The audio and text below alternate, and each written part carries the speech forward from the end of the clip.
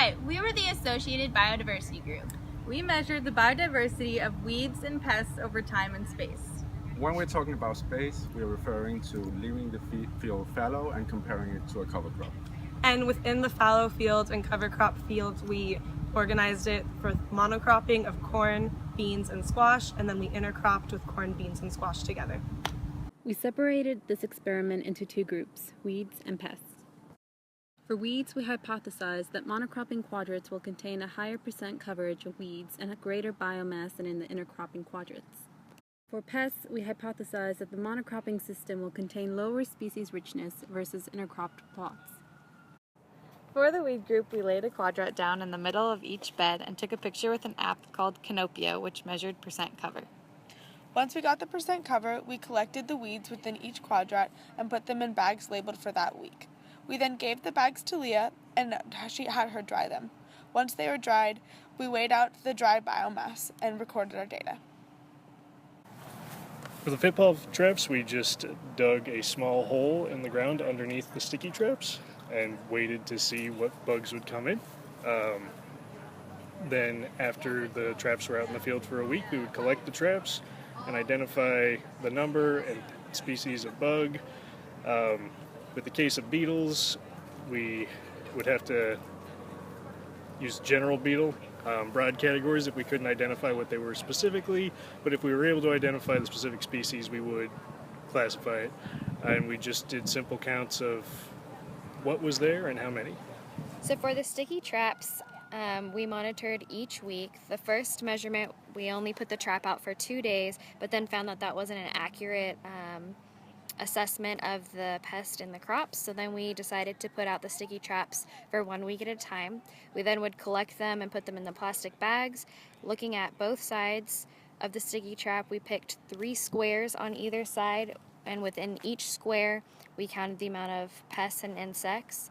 From that, we divided the pests and insects into a chart that was divided into the beneficial and non-beneficial pests and insects. So for our hypothesis for the pests, our hypothesis was that there would be an increased species richness in the intercropping system versus the monocropping system.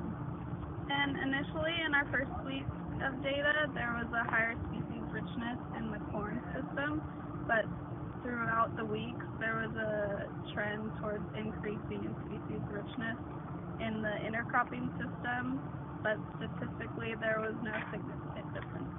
Hi, we're from the Sticky Trap group, and today we're going to be talking about some of the data and analysis of the data that we found.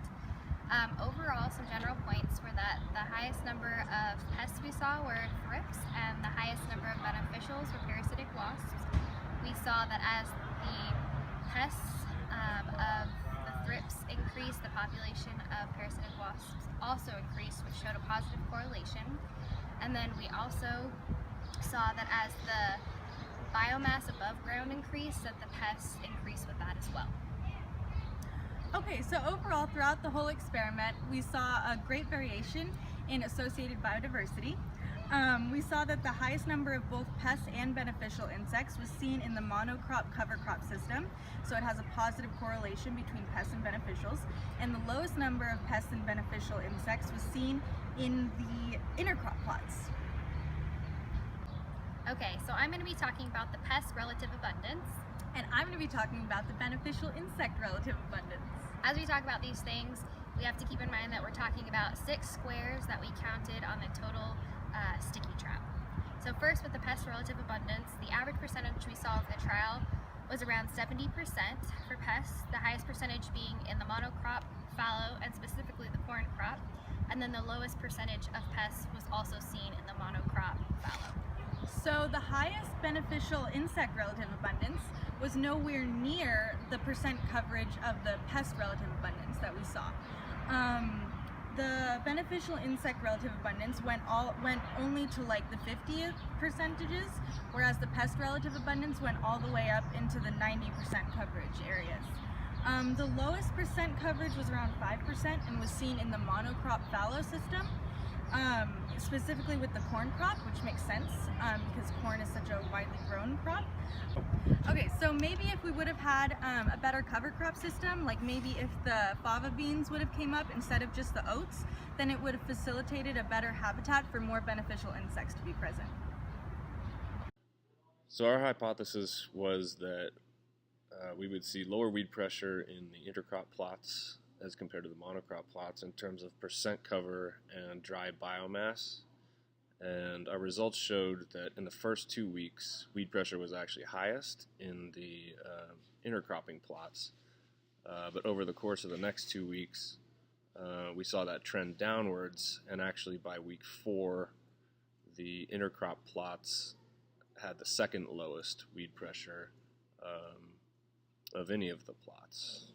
Wondering how to standardize your measurements? There's an app for that! Use Canopio, which is an app to measure percent coverage of biomass. Also, it's really important to standardize how you're going to do your measurements, like exactly where you're going to place your quadrats and whether or not you're going to measure the subsoil biomass. Finally, you should be using paper bags and not plastic bags because they're nil.